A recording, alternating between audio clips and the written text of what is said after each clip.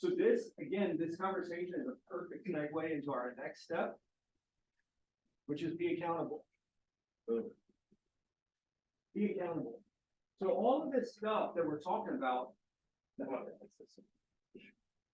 know why? You know why people don't like this one? Because we're not clear on what we want. That's what it boils down to. If you are crystal clear on what you want and you have a plan that someone has helped you with, like it's a second set of eyes, not that you're incompetent and you're not capable of coming up with a plan, but it's a second set of eyes, an accountability partner to ask questions that maybe you didn't think of, the black hat, if you will. If you are a black hat, I would encourage you to find a white hat to help you think through this from a different perspective.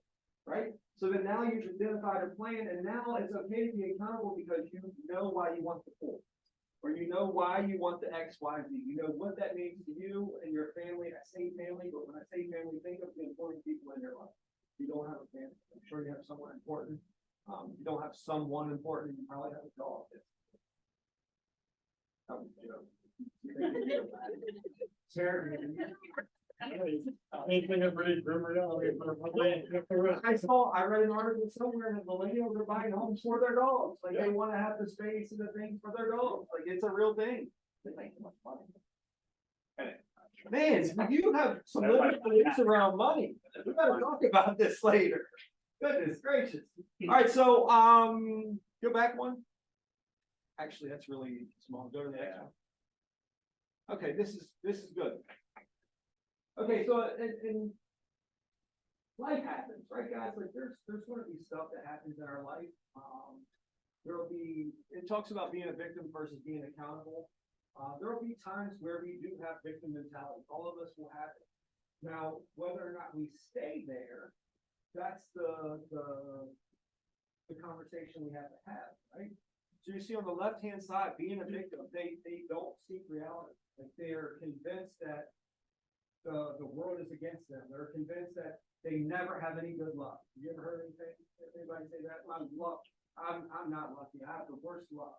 That's the kind of victim thinking, right? So then on the right hand side, they seek reality. They're asking for alternative perspectives. They're okay listening to a black hat or a white hat. They're okay getting clarity. On the victim side, they actually fight reality. Someone has offered them a different perspective and they try to justify how theirs is right? And then here's the thing, they might be right. However, that thinking isn't serving them and moving them forward. There's a lot of nuance there to discern.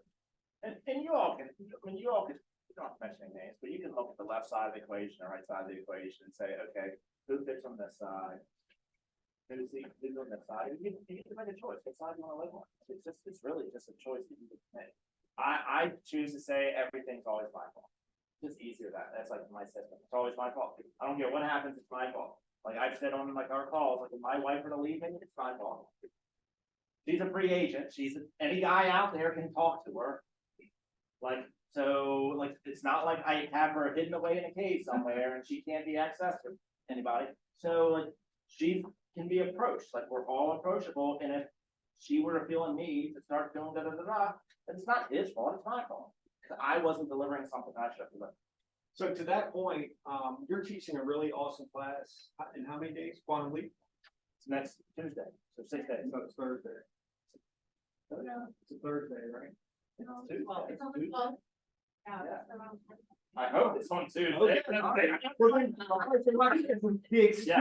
The excuse I've been saying why I can't go is because it's on Thursday, which is our whole day. So thank you. So and to hold Josh accountable and to make him, because I just got an email that said what team leaders are registered, and Josh's name is on the list. So I'm going to hold him accountable.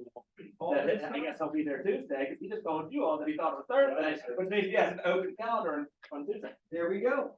So I remember where I was going with this now.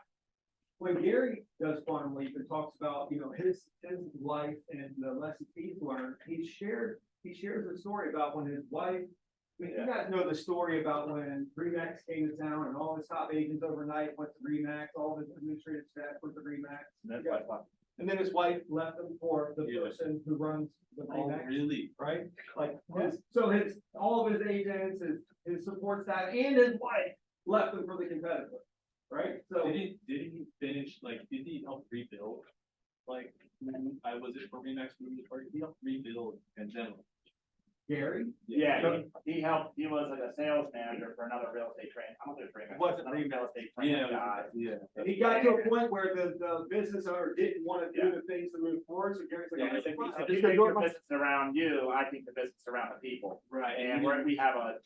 Yeah, he didn't want philosophical difference. people to, like, when he was treating them, he didn't want to bring them in and then they were being treated different like that. Yeah, so then he goes and does this, he creates this awesome company where the company's built around the agents, and then stop agents, his staff and his wife all leave him for the competitor, right? Now, talk about being down in the dumps, like, you could very easily be a victim in that type of scenario, right? So he tells the story about how he goes to see a therapist, he starts going to see a therapist to help him with this. He's explaining everything that's going on, and he tells the story to his therapist. He's like, all right, I'll take you on as a client under one condition.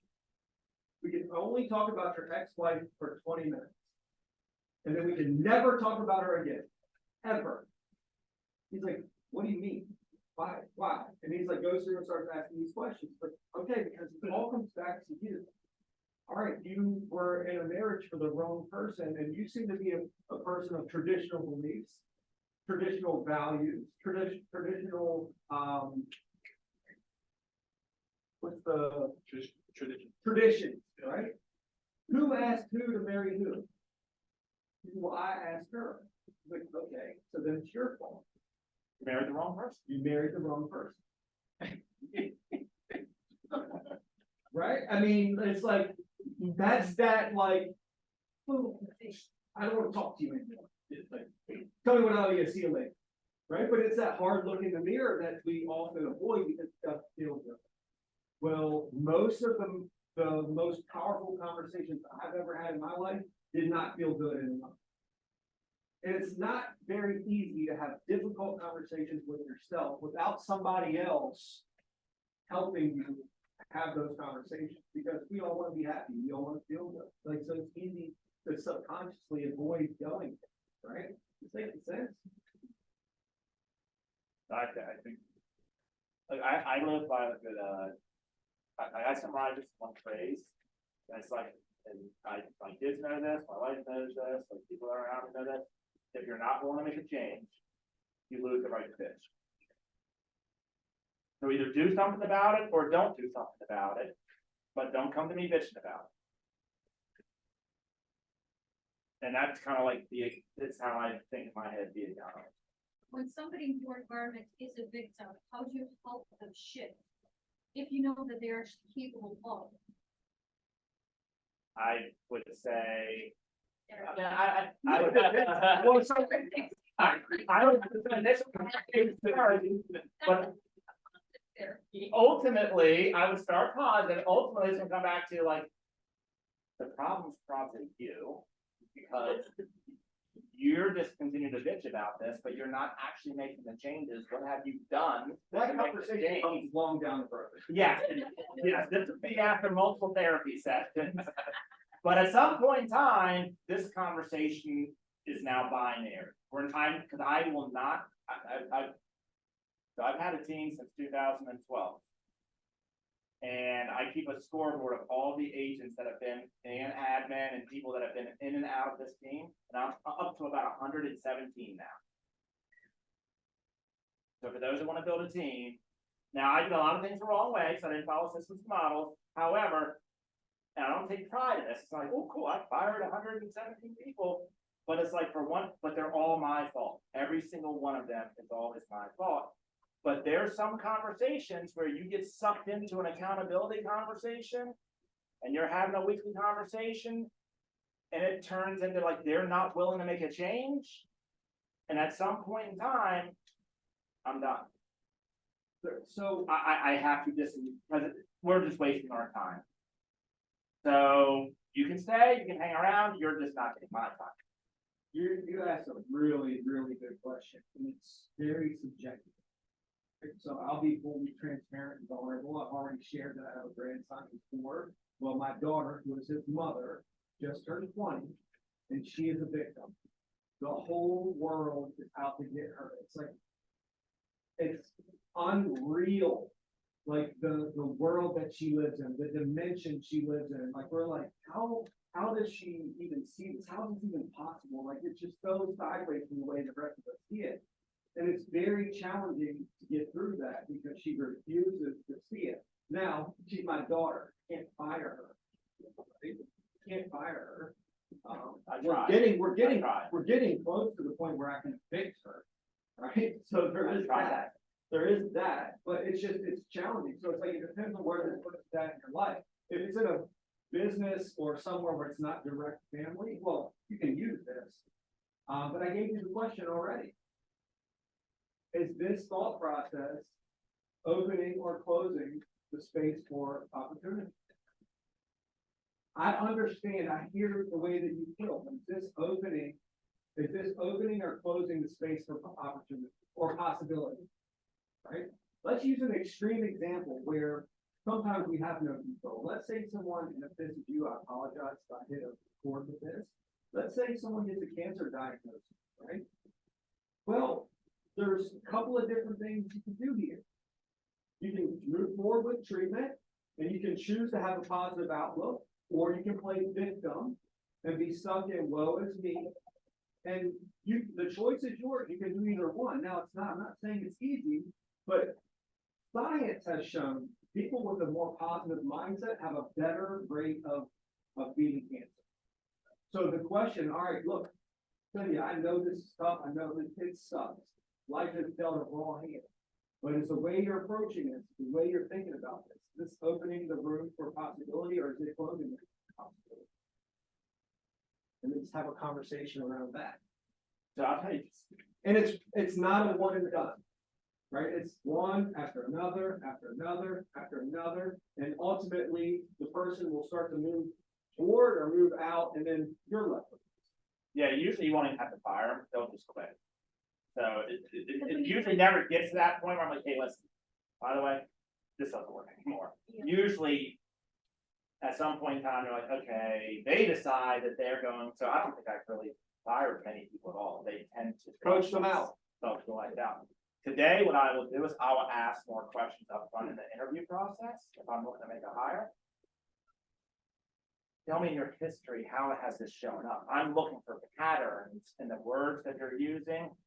Oh yeah, I was at this other job for this all, but my boss didn't like me too much, or that other brokerage didn't provide me enough training, and it was their fault, it was their fault, it was their, like, I'm listening for words to show me whether they're accountable or they're victimish. So I try now, because I now understand the career visioning process. Earlier in my years, I don't need that stuff. Like, I'm good with people, I know how to hire people, and I'll just wing it. And now I'm more intentional about a hiring process. So now it's multiple. It's like 25 hours of interviews we're going through now before we hire somebody. Like, it's pretty, like, it's almost weird. Like, there's just point, like, this is unlike anything else. Like, usually you apply for a job, you do an interview, you get hired. Like, this is like all weird.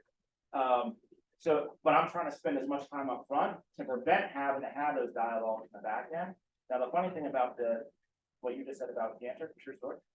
Not that I don't think it's true, but my mother passed away of lung cancer. And when she was diagnosed, anybody has cancer and they tell you it's terminal, the first thing you want to know is how long. It's like, nah. And the doctor wouldn't tell her, like, but she did a good job.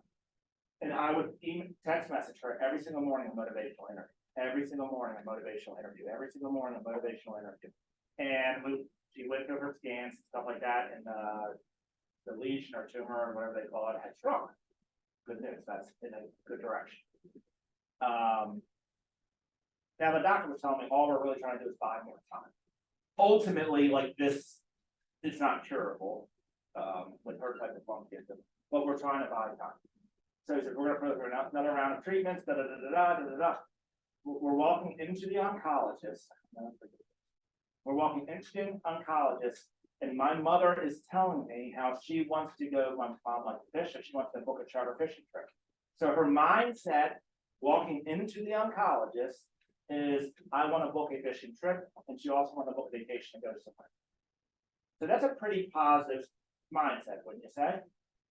You go into the doctor and he had to order new scans, and comes back with the scans, and it's all over his face, like there's something wrong. And she's like, what's wrong, what's wrong, what's wrong, what's wrong? And he then says, well, the tumors have increased. And I swear to you, I literally saw the light leave my mom's body.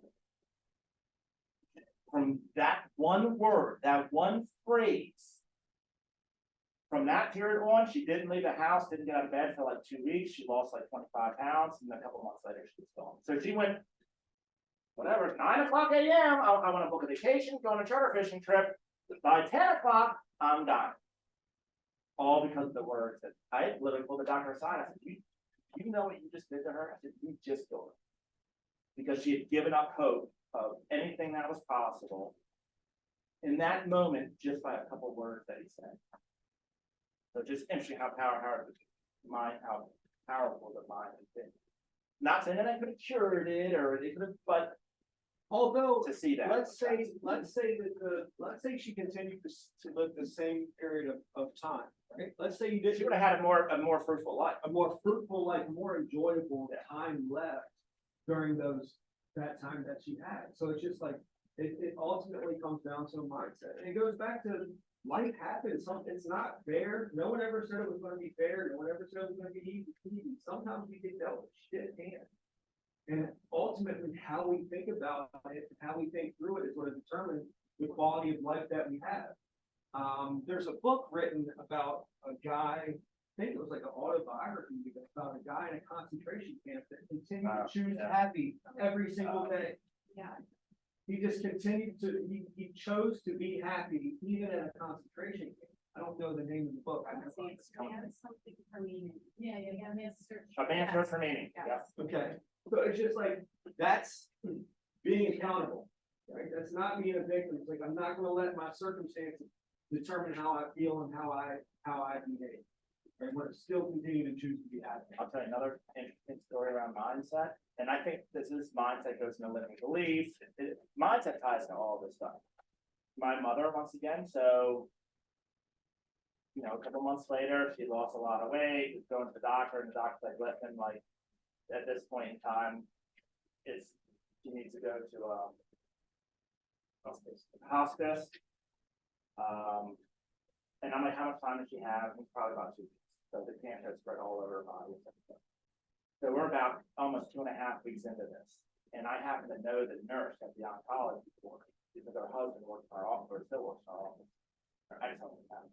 And I said, listen, I can't deal with it. I literally called her. I said, I can't take this anymore. Like, she's on so much morphine, so much drugs, like she's like in a zombified state, she's losing weight. Like, I literally can't. I said, this is gonna sound terrible, but I almost want to put her out right now. Like, I'm telling the nurse this. And the nurse says to me, he said, you need to tell her it's okay to go. I'm like, what? And she said, you need to tell her it's okay to go. She told me. And I'm like, okay. She was like, so get your 2 brothers, go out to the house and tell her it's okay to go. And my brothers, myself, my 2 brothers out to the house. She was somewhat conscious, but not really conscious. We told her it's okay to go. She passed away. I don't know if there's anything more powerful in the mindset than like literally like there's like 2 examples. So when you understand that, once again, how are you programming their mind? Like, how are you, like my kids, when I was driving to school every morning, I would play motivational videos. Like things like a CEO talk. Like, I would do nothing but play motivational interviews every morning and then driving to work, every morning and then driving to work, every morning and driving to work. Because I was trying to program my kids' mind for positivity. It was intentional around what am I doing? So we have that ability to whatever we want to accomplish, and this ties, and then we follow these steps and processes. But having that right mental frame of work is a choice that we get to make. Like, I can choose whether to listen to Future, and I happen to love Future as an artist, or I can choose to listen to this. But it's my choice. So how am I choosing to spend my time, my energy? Who am I choosing to be around? Who am I choosing to because what you'll tend to find, victims tend to surround themselves with it. They like Accountable people. confirmation. They want confirmation. Want to be around accountable people. Yeah, they shouldn't have talked to you that way. They shouldn't have done that. Yeah, you're right. Open houses do suck. Right? Yeah. Oh, you're right. I did an open house last week and no one came. Right? Like they want validation. They want confirmation. Right? And on the other side, accountable people want to be surrounded by other accountable people as well, right? So you'll see it's like it's a group of, if you find an accountable person and you see them with a victim mindset person, it's probably only for a limited period of time, right? And then here's the thing, we all teeter-totter back and forth, right? You can't always control your first thought, but you can control your second thought. And really what we're talking about here so far is the difference in mindset from an accountable person to a victim mindset person. That's what we've talked about so far. So I want to transition a little bit into like actually being accountable. And again, this ties back to being very crystal clear on what you want. I talk with agents often about leading teams, and even myself leading our team. Like if you're trying to hold someone accountable and you don't know what they want, you're making that about you. Yeah. Right? It's about you, not about them. So one of the things that I say is accountability is something you do for someone, not something you do to someone. You're doing it for them to help them move forward towards the goals that they want, towards the life that they want. You're not doing it to them to punish them for not hitting the goals that they said they were going to hit. Right? It's for them, not to them. And the accountability thing, like remember I told the story about a 411, Jason Abrams, like I gotta get off the phone because Gary Keller was asking for my 411, and then say Jack Patel was like, you want to see my 411? I learned in that moment, I was like, that's accountability. Like that's accountability from Gary Keller to his next level of people. Like that's extreme accountability. Am I modeling that? And if I'm not modeling that for people that I'm in a relationship with, then I'm the fraud. And I don't want to be that person. So this is Mark King's accountability box. So he has people that help him be accountable in different areas of his life. You see, he has on the financial circle, he has Gary Keller and Dr. Thomas Stanley. Spiritual, physical, business. He has different people to hold him accountable. Why do you think he would have different people to hold him accountable in different areas? Expertise, right? Like he's choosing experts in different areas of his life to hold him accountable to the things that he wants. Because again, see this all the time. Like, oh well, you know, I picked an accountability partner agent in our office. Like, okay, that's better than nothing. And does the agent that you picked as your accountability partner, are they doing the things that you're trying to be accountable to? In other words, are you picking an accountability partner to help you stay accountable to your time blocks? But this person doesn't stay accountable to their time block. Right? You guys can see how that could be a recipe for less than success. Right? So it's identifying people who have what you want, who are doing what you want to do to help you be accountable to the things.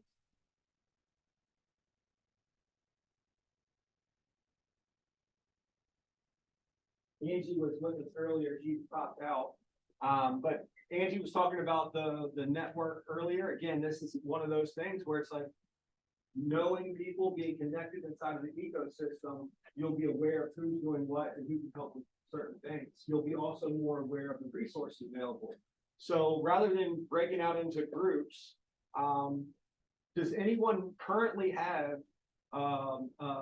an accountability partner or a coach or someone holding you accountable in any of these areas of like financial, spiritual, physical, business? Does anybody have anyone like that? Who do you have? Lauren here, the PSP, told her she helped me with my 411 and she's who I kind of go to, sort of talk through it. And then I also have a therapist for more personal. Love that. So you have people, right? Anyone else? So you're using it and actually using it, right? You're not like me where I just write one. And then just Sometimes I go to the floor, right? Sometimes I am. So who else? Who you got? Yourself? Yeah. So you hold yourself accountable. I don't think that I even feel like comfortable with giving somebody else that. And, I guess you can say that. All right, I'm gonna ask you a question. What blind spots do you have?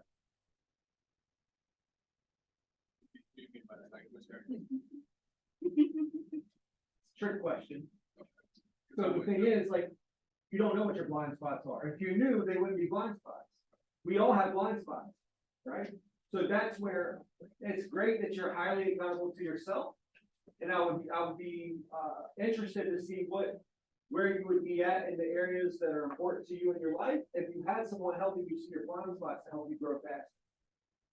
See what I'm saying?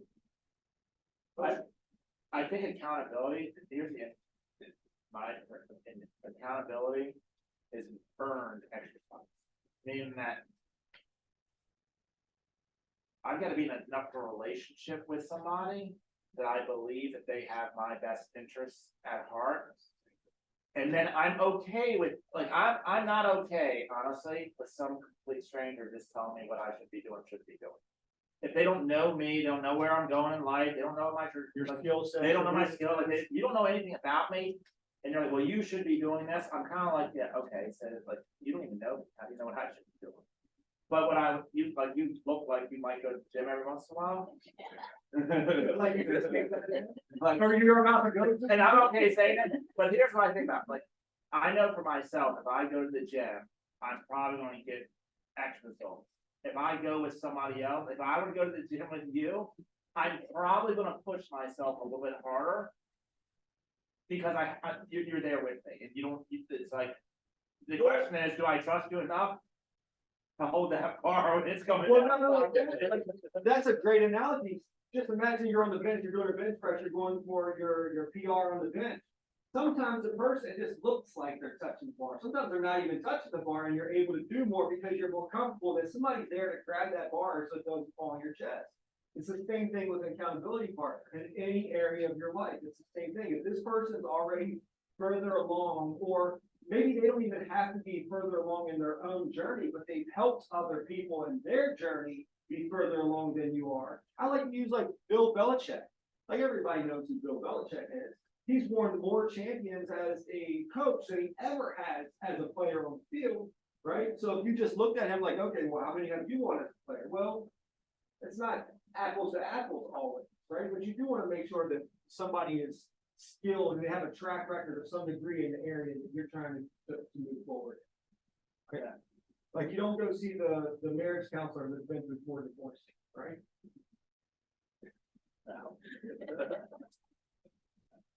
All right, so this accountability model for consulting, right?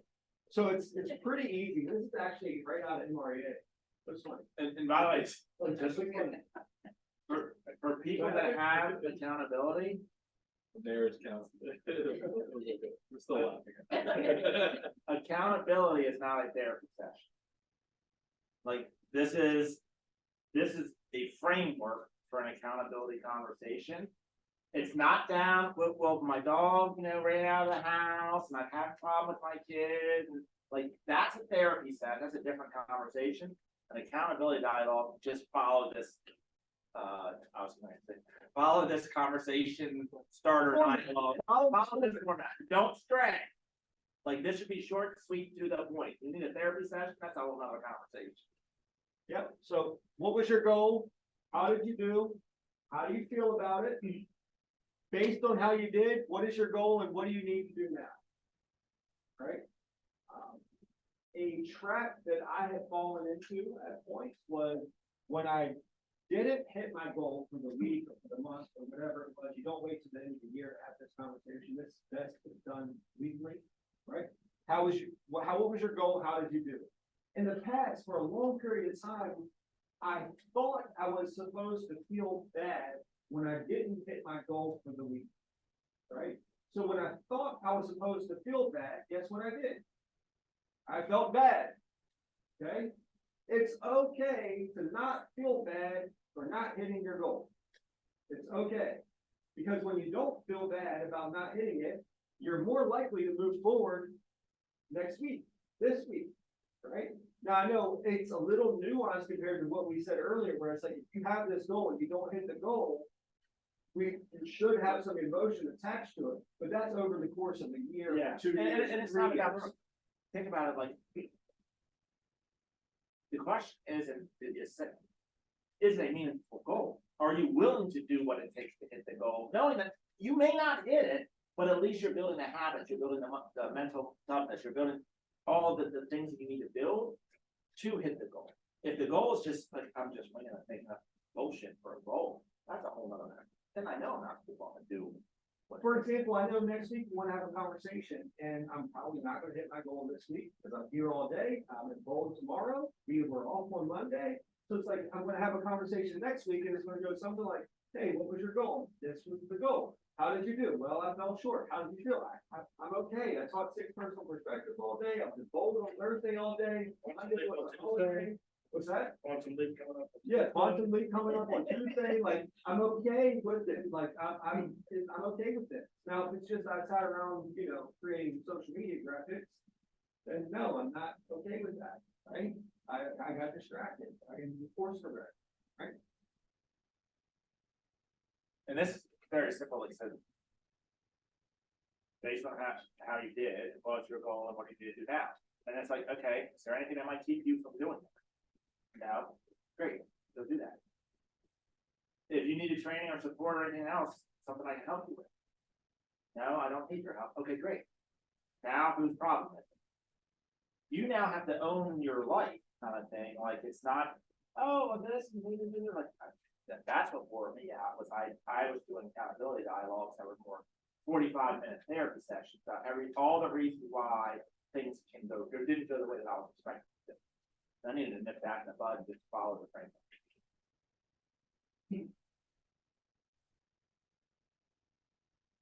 Tracking your numbers, basically. Yeah, so it's like, okay, as a real estate agent, like, all right, what should we be accountable to, right? What activities, what should we be accountable to? And it really comes down to how many appointments did you go on? This says listings because we know leads, listings, and leverage, but you could make the argument for agreements. Yeah. How many appointments did you go on? How many agreements did you sign? How many closings did you have? And then what is your profit? That's really the 4 metrics. Now, inside of that, there's a whole bunch of other stuff, dials, contacts, database ads, there's a whole bunch of stuff, but ultimately these are the main things. These are the things that you're accountable for, right? If you're talking about stuff outside of this, you might be talking about the wrong thing as it relates to a sales business. Now, your health and your fitness and other areas of your life, it's going to look different than this. There's probably still a model though Yeah. for most things, and that's yes. So as I was talking to Josh earlier, it's pertaining to health. Like I listened to a podcast by Andrew Huberman and Peter Attia, and his whole podcast about extending your life, like the science behind longevity.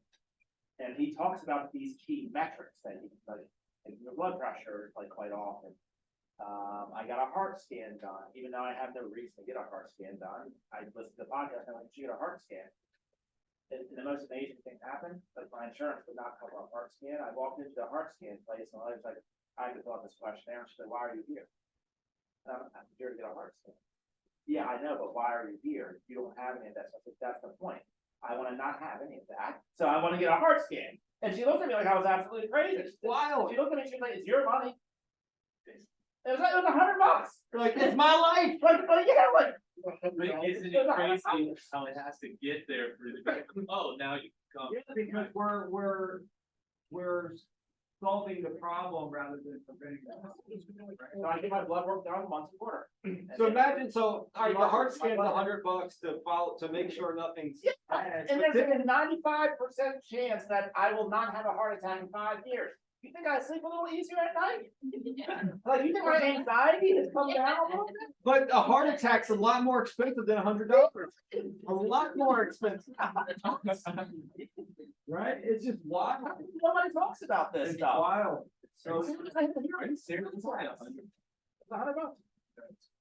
everybody goes and gets a heart scan. We're gonna go back and get one this weekend. Now, here's the interesting thing. They don't have to go to this. You have to have a referral from a medical provider to get one. And my doctor wouldn't give me one. He was like, there's no need for that. So I literally found an online doctor in New York that I've never met before that gave me the referral. All right, I'm gonna show you this. I'm not gonna say I'm gonna school John negotiate, because we've never negotiated against each other. I don't know how well I would do or not, but this is what happened to me. I had my primary care doctor. I knew I needed to go see a specialist. I know that I need to go see them to get the letter. I called them, I said, I need to go see X, Y, Z. And they're like, oh, well, we need you to come in. I'm like, no, you don't. You need me to pay you. That's what it is. You need me to pay you. You don't need me to come in. You know damn well the doctor there doesn't do this. I'm not trying to be rude, but I'm not, if you aren't willing to just give me the referral, I will cold call doctors until I find someone willing to do that. Now, you can keep me as a patient and write the referral without me coming in, or I can call the next person and keep going until I find somebody that wants me to come there as a patient. And they wrote the referral. Like, I'm not trying to be rude. I kept telling the lady, like, I'm not trying to be rude to you. I know you're just doing your job. I'm just not willing to pay you to do this when I know I need this. And I know it's as simple as you write a letter. I'm not willing to do it. So just flex a little bit. You sound like a buyer trying to say a house not being pre-qualified. Maybe, perhaps. They wrote me the letter. They wrote me the letter. Where are we at here? Oh, wow, we're at the end. We're actually a little early. What are your odds? Could be from this chapter or last chapter all day. I'm being. Sorry. I was gonna say the hard skill. That's a good one. Might be an art school. I think that's the John Newman coupon code. Yeah. Yeah. Tell them I sent you. We look for buddy. The marker. Oh. Like, if you think about this whole thing, like, you'll see how it all flows. Kind of flows together. So you can pick anything in your life, but I like to use the losing weight one. And it's like, so like, let's say I want to lose 24 pounds. And then you just apply the 6 personal perspectives. So number 1, commit to self-mastery. All right, what do I need to master in order to do this? So there's probably some things that I need to master. Commit to the 80-20 principle. What are the most important things that I need to do on my weight loss journey that make all the difference in the world? There's probably only a couple of things. Like, someone wants to lose weight, there's really only a couple of things that are really important. Move from E to P. What's my model? Who else done it before? And what's my model that I can follow to get there? Making learning based the foundation of our action plan. All right, who do I need to become? What class do I need to go to? What books do I need to read? What podcasts do I need to read? Hold on. Commit to self-mastery. Limiting beliefs. Oh, yeah, remove my limiting beliefs. Okay, I can do it, like, no matter how much, if there's somebody else on it, I can do it. That's the question, is this creating or closing, is this opening or closing space for possibility? And be accountable. And the crazy thing is, that here's the sad part. So let's say that I wanted to do this. Let's say this was my goal. How many darn books are written out there on how to lose weight? How many pieces of exercise equipment? I can tell you in my house, I got a Peloton, I got a gym, I got a treadmill, I got a pool in the backyard. And I said to my wife, like, you need a cinder block. A cinder block. Because 90% of what you actually need at this level can be done with a cinder block, and they're about $18. So why don't you master it? I can be an a-hole sometimes. But I have been married for 20 years. Like, why don't you master the cinder block? And then we can earn the right to move up to the next level thing. So master the basics first. We don't need all of that stuff. So we need to apply this to what we want, and this doesn't cost us this diet and this diet. It goes back to this. What do you get when you lose 24 pounds? Yeah. If you're not clear on that. What do you get? What does that mean? Is it just looking better at the beach? Well, that might be enough, but then again, it might not be enough, right? If you're tying it to longevity, if you're tying it to, for me, being around longer for my grandson, right? Tying it back to things that are really important to you, it's like, okay, yeah, I got to get this together. So I've been on this health and fitness kick for a while now. Well, I think a while, 8 months maybe. But like this it's like now I'm at this point where it's just sharing with you earlier, like it's about longevity for me. Like I want to, it's not so much that I want to look good. I do want to look good. But I want to live long. I don't want to have as many aches and pains. I want to be more flexible. I don't want joint pain. I want to feel better when I'm 50, 60, 70 years old. That's really what it's about. It's about preventative long term. Sure. I mean, if I can look better and swim and throw, that's cool. Right? But that's a different strategy. It's not- than saying I I'm want, not I want to so look this worried way. about that. I'm not so worried about that. That alone isn't enough to cause me to sign up for a half marathon. Right? Like, it's not that big of a deal to me. Any other ahas? If you have, yes, ma'am? That the accountability is for them, not to them, that statement there. It's a relationship. Yeah, and you nailed it too, John. Like, the coach I have now knows me. One of the few people that I've had in the business world that I feel like cares more about me as a human than as me as the team. Right? So finding a person that's like, okay with you not liking them, he tells me all the time, like, my goal here is to change your life, not for you to like me. And I'm okay if changing your life causes you to not like me sometimes, I'm okay with that. But having somebody that great in your life to call you out. I'm trying to tell my kids. Yep. My first job is to be your parent, not your friend. Or earn the right to be friends, but I'm a parent first. I'm not gonna be, like, I'm not trying to be your buddy. And one of the biggest mistakes I made, my wife told me this. When I was first We're starting good to at build telling my us team, our mistakes. yeah, I made a lot of them. I still make them. When I was first building my team, I wanted to be their friends.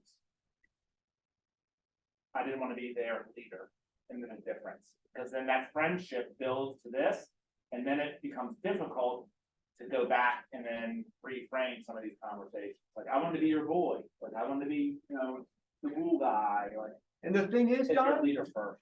they don't need you to be their friend. They need you to be the leader. They might want you to be the friend, but that's not what they need.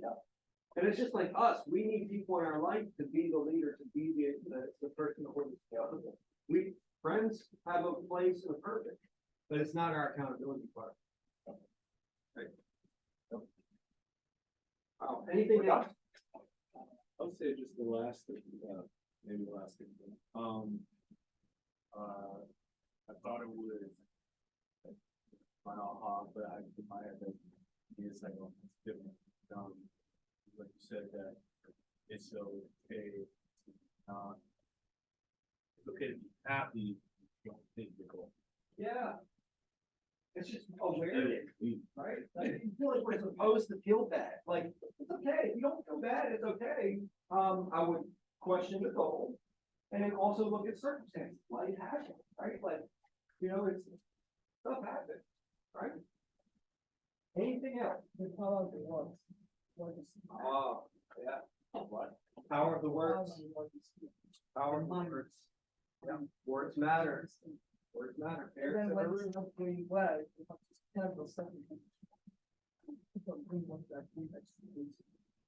Which is why we have to practice our conversation starters. Yep. Aware that. Anything else? I have a question. Yes, sir. How do you handle the pressure of you being responsible for everything in society? Like if you have that mindset that you are responsible for everything, how do you feel how to handle, like, be able to move forward? Okay, your situation, how would you want it to be? I know how. Hold on. So ask a question again. So When you're- how do you handle the pressure of you believing that everything is like you're accountable for everything that happens to you, for everything that happens to your life? So how do you handle being able to continue to move forward, knowing that the situation? All right. So I'll give my answer. I'm not saying anybody else's answer.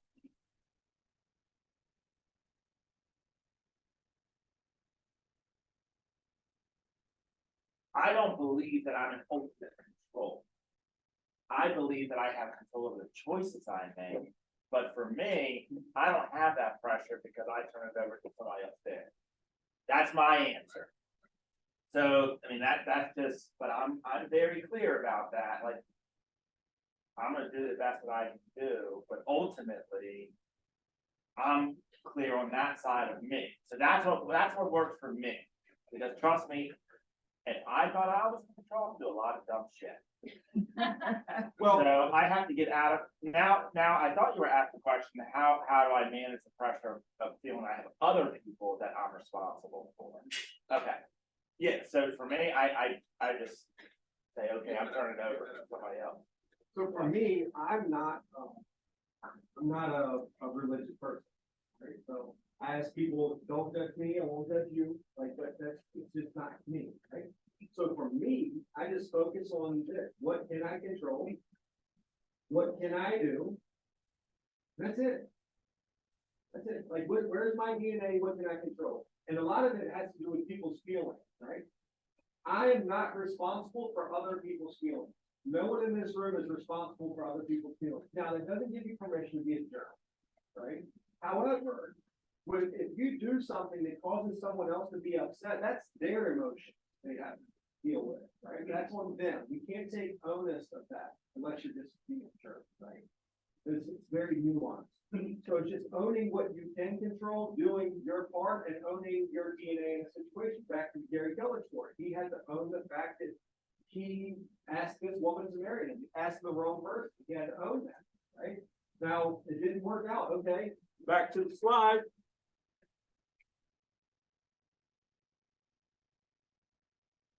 You can wait and hope, or you can get on with it. Right, and that's really what it boils down to. I'm gonna wait and hope that, or wish that things were different, or am I just gonna accept it? Okay, this is the new reality. They seek reality, acknowledge reality. Okay, I'm gonna own this, and I'm gonna get on with it. Right, like you can't stay and dwell. That's where the pressure, I think, comes on when you stay and dwell. You got to go on with it. Make a decision, move forward. Is that helpful at all?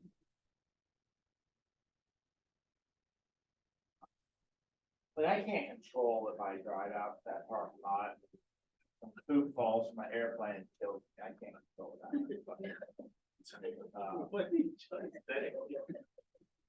But that happens, like that really, like I drive, my wife is a regular, like but my wife will get all these things from Facebook while the world comes in, and I'm like, man, you could walk the door and a piece of ice could fall and kill you, like, it's possible, anything's possible. But I can't worry about that kind of stuff. All right, I'm gonna ask again for evaluations. Should you scan, go to kwueval.com and then, leave your evaluations for us, please. Thank you. You know, it's interesting, the greatest gift of accountability is really weird, is having children. Because you can read all the books, you can do all the stuff, because I have them all. You can grow them in the same household, you can put them in the same schools, you can feed them the same food, you can put them in front of the same TV shows, and guess what? They're gonna turn out freaking different. So you have to pivot and adjust and understand how this person is different than this person, how I can communicate with this person can't be the same. And this is the greatest test of all. Like you learn very, very quickly you are not in control of anything when you have kids. You like to think you are, but trust me. Very true. Very, very true. How old are you, John? 19, 18, and Oh, okay, so you're living it. I don't know, I got a free. Yeah, you get it. All right. Any questions? No, I'm not gonna have kids anytime soon. Does a little baby brother count? No. No. But you can send him. Get out of here, look away. Absolutely not. No. Wait till you have it. If you think A it dog, counts, if you think it counts, wait till you have one. a dog might be close, but you can get rid of a dog. No, here's the thing. Here's the biggest difference about a dog. Like, it's socially acceptable to leave a dog in a cage while you leave. You're not putting a baby in a cage when you leave. People don't look at it. It's not the You same. can't just drop your kid off the town. Like, I get that. I made a mistake. It's no longer good for me. It's no longer working out for our family. We've moved. And it's funny, like my daughter, when she was 17, we were having some problems. And I threw her out. That was like the hardest decision I had to make. I told her to get out. extreme accountability. And then she started walking down the road. And I said, it's not safe, I'll call and get you a ride or wherever you wanna go, and she was being stubborn, I called the police. Today, she would tell you she's so traumatized by the fact that her dad called the police officer on her, and I said, listen, she won't listen to me, I think she's running away. Maybe you wanna come pick her up? And she oh, and then she said, oh, this is funny, like, I'm kinda crazy. So she was like, you're not gonna do that, you wouldn't do that, I said, watch me. And sure enough, 20 minutes later, here comes the police officer. Oh my God. But you learn, I don't play games. I'm your parent first, your friend second. This isn't about your emotions, it's not about blah, blah, blah. You're gonna learn a lesson the hard way. She won't do it again. Well, now she's at house, and so we have a great relationship now because she doesn't have a helicopter dad that doesn't know anything. That's, you know, I just dropped off a spaceship like last week and had parents. But yeah, now she's great. We have a great relationship now. But she had to learn. And I wish my parents had done that to me when I was 17. But instead, my mom, God bless her, was great. Single mom, I think she had the hardest job in the world. I got away with doing everything. There was no boundary. I would have maybe not to that extent, But in a weird way, great accountability in a weird way. but yeah, I see why like you're the- doing it, and that's something as a parent that I would do later in my child, like, you know, because I know what it's like when it doesn't happen. So, So I don't know if it's true or not, but I've heard this. Yes. again, I can't actually say it's true.